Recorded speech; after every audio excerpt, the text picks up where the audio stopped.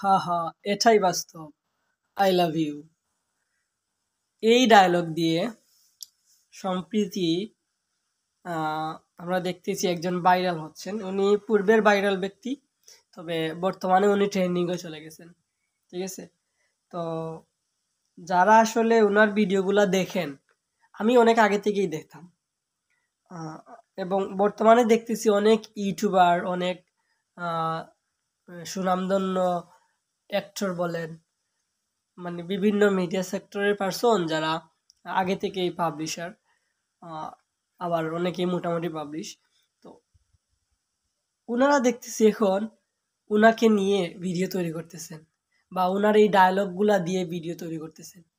আমার কথা হচ্ছে, মানে একসময় আবার ওনাকে নিয়ে মানে হাসি ঠাট্টা করছেন, আহ, মানে ওনাকে পচাইছেন, বাট এখন আবার সবাই বাহবা দিচ্ছেন। কারণ হচ্ছে এখন বাংলাদেশের ট্রেন্ডিং এ উনি আছেন, বাংলাদেশের ট্রেন্ডিং এ আছেন।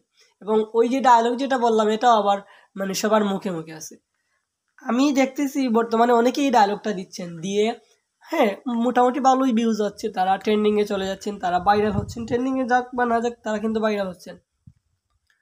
তো বিষয়টা এমন দাঁড়ায়, আমরা যখন কোনো কিছু ট্রেন্ডিং এ দেখি, তখন ওই ট্রেন্ডিং বিষয়টা নিয়ে আমরা বেশিরভাগ ভিডিও বানাই, ভিডিও আপলোড দেই, এবং সেগুলো ভাইরাল হয়।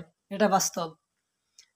বর্তমান সময়ের যে ট্রেন্ডিং বিষয়টা, এটা নিয়ে আপনারাও যদি ভিডিও বানান তবে ভাইরাল হবে। কিন্তু এখানে একটা বিষয় হচ্ছে, ধরেন আপনি ভিডিও বানান ট্যাগ রিলেটেড, আমি যেমন ট্যাগ রিলেটেড ভিডিও বানাই, শিক্ষণীয় যে ভিডিওগুলা, এখানে আসলে হাসি ঠাট্টার খুব একটা কিছু নেই।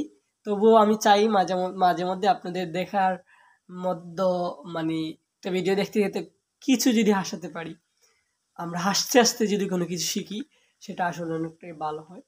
তো আমি তবুও চেষ্টা করি, যদিও আমার ভিডিওগুলা মানে 100% রিয়েল, এবং আমি অনেক কিছু আমার যতটুকু জানার সম্ভব হয়, যতটুকু সম্ভব হয় ততটুকু আমি সততা যাচাই করে আমি ভিডিওগুলো আপলোড দিই, নয়তো আপলোড দিই না। তো এই কারণে আসলে আমি জানি না আমার ভিডিওগুলা মানে খুব বেশি ভাইরাল হচ্ছে না।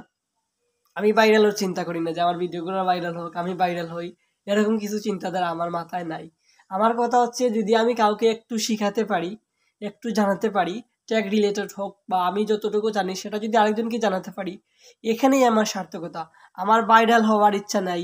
তো যাই হোক, যেমনটা বলছিলাম সেটা হচ্ছে, ট্রেন্ডিং বিষয়টা নিয়ে যদি আপনি ভিডিও আপলোড দেন বা ভিডিও তৈরি করেন, তাহলে ভিডিও ভাইরাল হওয়ার সম্ভাবনা থাকে বেশি।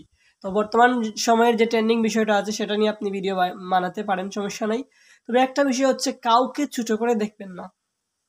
দেখেন, যারা কিন্তু ওই সময়টায় ওই ব্যক্তিকে ছোট করে দেখছেন, এখন কিন্তু উনি ভাইরাল, বোঝা গেছে?